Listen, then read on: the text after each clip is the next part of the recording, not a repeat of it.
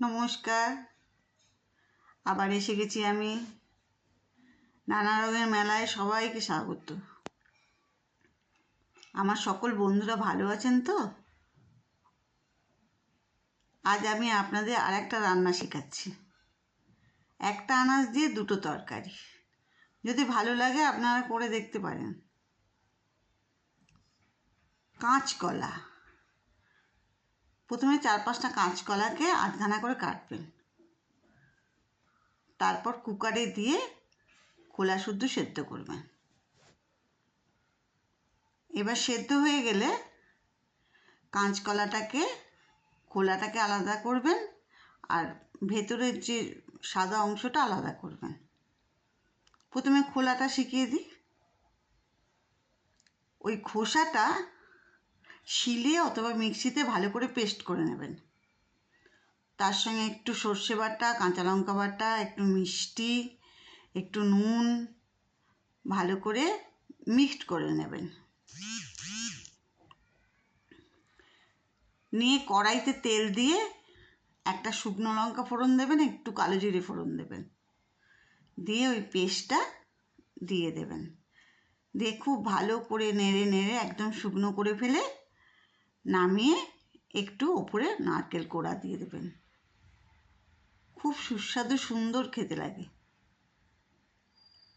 এবারে বলি ভেতরের সাদা অংশটা।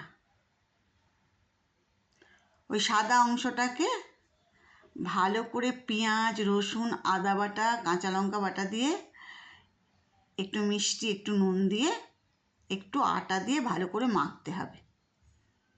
একটু টাইট টাইট করে মেখে যেরকম আমরা রুটি লেচি করি ওরকম ছোট্ট ছোট্ট গোল গোল করে লম্বা লম্বা ল্যাংচার আকারে করতে হবে।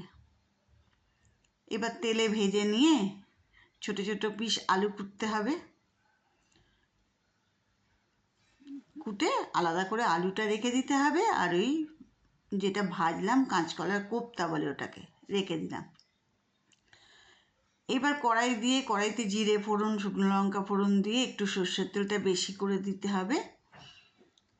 তার মধ্যে পেঁয়াজ, আদা, রসুন বাটা দিতে হবে, একটু মিষ্টি দিতে হবে, নুন, জিরে গুঁড়ো সব দিয়ে এবার গ্রেভিটা সুন্দর করে নাড়তে হবে যতক্ষণ না তেল কাটে। তেলটা বেরিয়ে গেলে ওই আলু আর কোপ্তাটা দিয়ে আলুটাকে সেদ্ধ করেও রাখতে পারেন, কিংবা প্রথমে আলুটাকে নেড়ে দিয়ে জল দিয়ে সেদ্ধ করে ভালো করে তরকারি করে নামাবার আগে কাঁচকলার কোপ্তাগুলো দিয়ে দিতে হবে। দিয়ে একটু মাখা মাখা করে রুটি হোক, ভাত হোক, যা দিয়ে হোক আপনারা খেতে পারবেন। খুব সুন্দর খেতে হয়। উপরে একটু গোলমরিচ, একটু গরম মশলা, একটু ঘি ছড়িয়ে দিতে হবে। দারুণ সুন্দর হয়। নমস্কার, করে দেখবেন, যদি ভালো লাগে আমায় জানাবেন।